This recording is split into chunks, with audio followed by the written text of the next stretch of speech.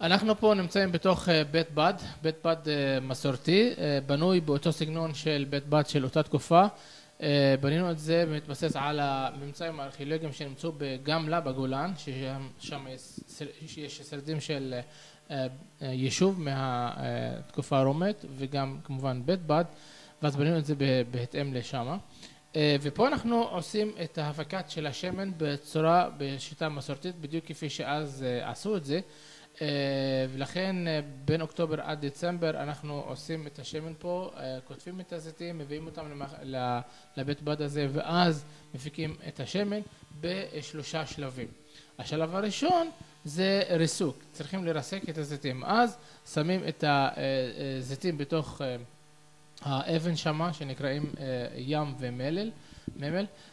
הזיתים נשפכים אל תוך האבן שמה, ואז החמור מסובב את האבן העליונה, ובין החיכוך בין שני אבנים הזיתים מרוסקים עם הגרעינים בפנים, הכל מרוסק, ומה שהתוצר הסופי זה רסק של זיתים. עדיין אין שמן שמה, אבל כפי שאתם רואים בידו של האיש שמה יש את הרסק של הזיתים, וזה אם הוא עוצר את זה ככה בידיים, אתם רואים על היד שלו שיש את השמן.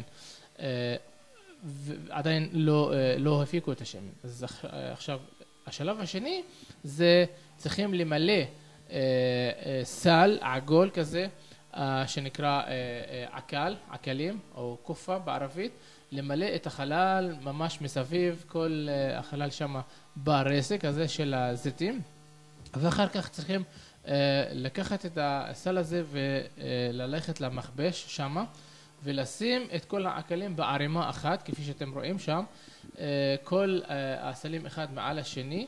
הסלים האלה עשויים עלים של תמר, של דקל, שהשמן אפשר לזול מהם, והטפל, הג'יפה, נשאר בתוך הסל.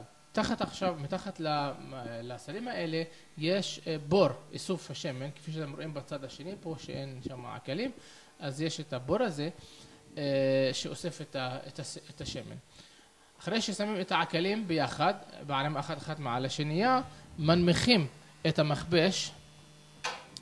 המכבש הזה, שהוא קורת עץ בעצם, על ידי הסרה של החבל שמה, ואז זה מתחיל ככה לרדת לאט לאט למטה, ולשים את המשקולת שלו, שזה מאוד מאוד שוקל, הרבה מאוד קילוגרמים, על הסלים.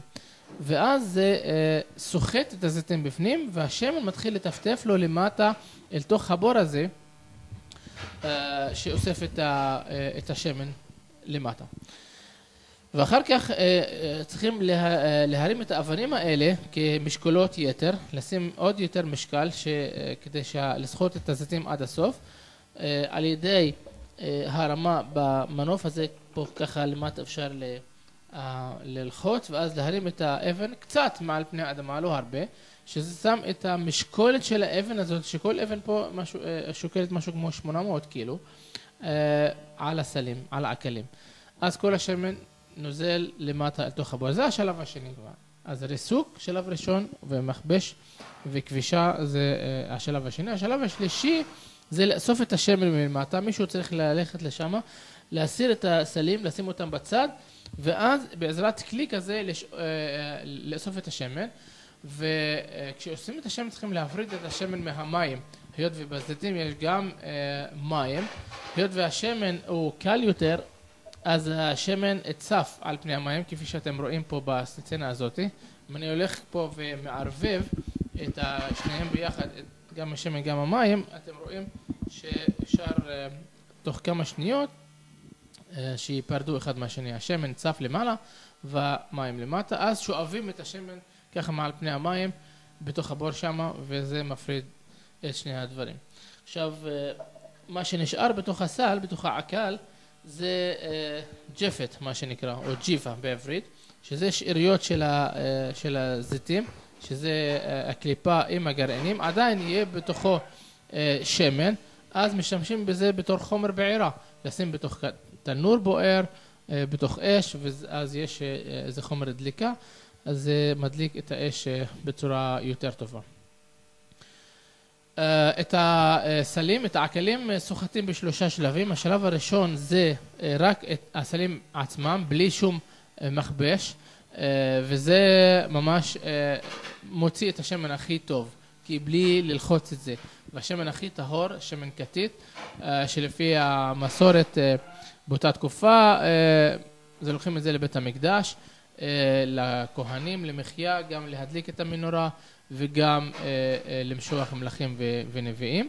השלב השני זה בעזרת המכבש הזה, ועדיין יוצא להם שמן טוב. השמן הזה משתמשים בו לאכילה ולתרופות, עשיית תרופות ולקוסמטיקה, דבר שאני הולך לדבר עליו עוד מעט, וגם לעשיית פסמים. ואז סוחטים את אותם עקלים פעם שלישית, והפעם יוצא להם קצת שמן מלוכלך עם עקר, מה שנקרא, עם טפל כזה, עם שאריות של זיתים, וזה השתמשו בו להאיר מנורות שמן. מה שאתם רואים פה זה נר שמן שאפשר לשים פה בפנים שמן זית, ואז להדליק את הפתיל הזה, וזה מואר, זה נר של שמן. אנחנו נראה אחד דלוק עוד מעט כזה, ואז זה מה שהיה להם להאיר. אז שלושה שלבים לריסוק של עשיית השמן והוצאת השמן מהעקלים.